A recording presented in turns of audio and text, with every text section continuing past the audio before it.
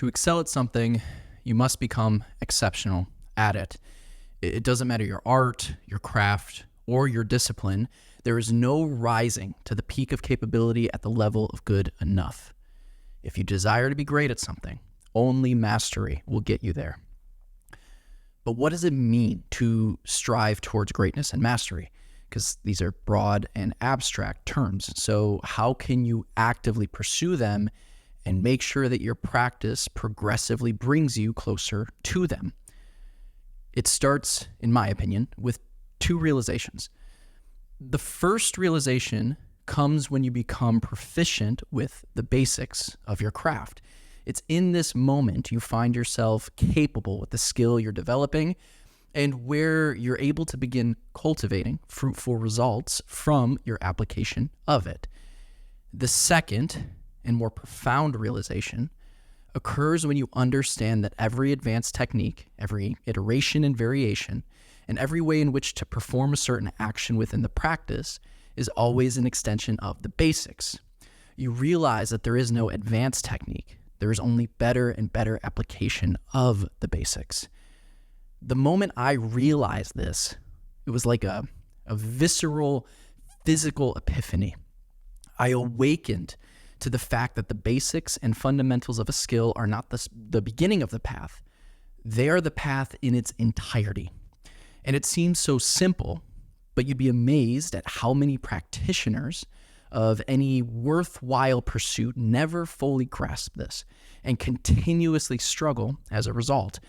They've come to the first realization, but they continue to believe that there's something beyond the basics, tactics, techniques, strategies that transcend them and will give them an edge.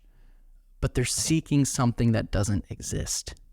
There is only one way to get to those more advanced levels of application, and it's to continuously deepen your understanding and application of the fundamentals.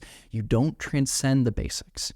You improve your ability of wielding them to the point of being so capable at doing so, it only appears as if you've transcended them. That is what it means to be a master. But you need to change the way in which you approach the pursuit of mastery. And the first step is to understand that the idea of it is an illusion, at least in a sense, because mastery implies total understanding and capability of something. You know everything there is to know about it and can do anything there is to do within it.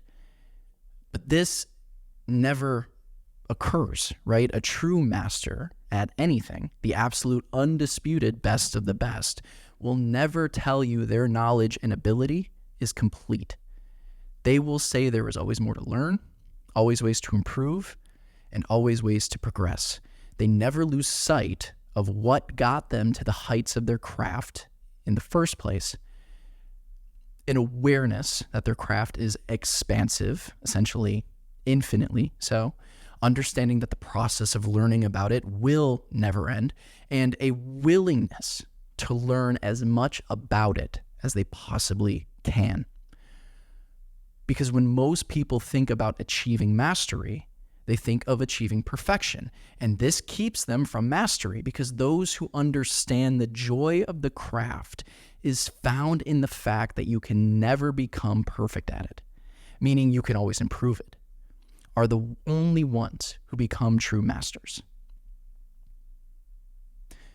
And you also need to ensure that you never lose sight of the basics and understand what it means to not lose sight of the basics. Because it isn't about continuous, mindless, monotonous repetition of fundamental skills. Rather, it's a continuous process of revisiting, studying, and refining those skills with a deeper understanding and a more expansive awareness than you had before. Every revisit brings new insights, every study session uncovers previously unnoticed levels, and every refinement takes your skills to a higher plane. And so the basics are a language that continues to reveal more to you the more you understand them. And just when you think you've understood it in its entirety, new and previously invisible layers start to appear. This approach to mastery is not one that perceives the basics as a ladder to be climbed and then discarded.